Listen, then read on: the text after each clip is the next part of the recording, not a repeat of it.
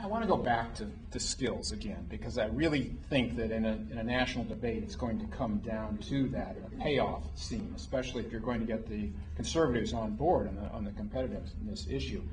I just finished writing a book about boys, and making the case of why they should be going to college at the same rate as women, and it got a lot of interesting economics, and essentially what it comes down to is that college now is the new high school. You may not need what you learn with a bachelor's degree, but you at least need the credentials. And what this is doing is it's pushing skills deeper and earlier and earlier, so that kids in kindergarten now are learning real skills, literacy issues, etc. So I guess my question on this is if these skills, the skill intensity is being pushed down through the grades, why shouldn't it be in preschool as well?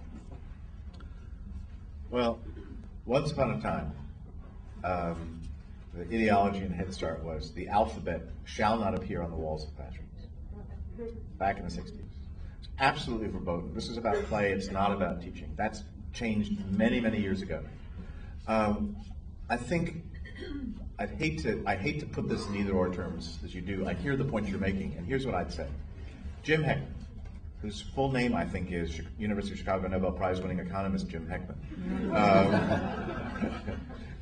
no softy, to put it gently, has looked at the data on kids who do well in measures of emotional social functioning at age 3, and kids who do well on measures of academic skills, pre-literacy, pre-numeracy at age 3. And that population at age 18, what happens to them?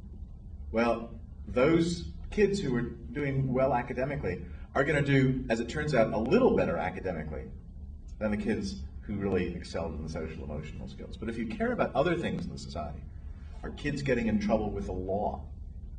Are teenagers smoking? Are teenagers getting pregnant? There's just an overwhelming amount of support that sort of comes out of the non-cognitive, emotional, social training. That's what you can trace that pattern directly. So here's Jim Heckman, who says, I'm not a softie, but I really believe that stuff is crucial, and I think that's the message that hasn't gotten out. That not only is it an either-or, but if you train, and there's a reason for this, if you train people in skill and learning, they're really good at obeying commands, following orders, right?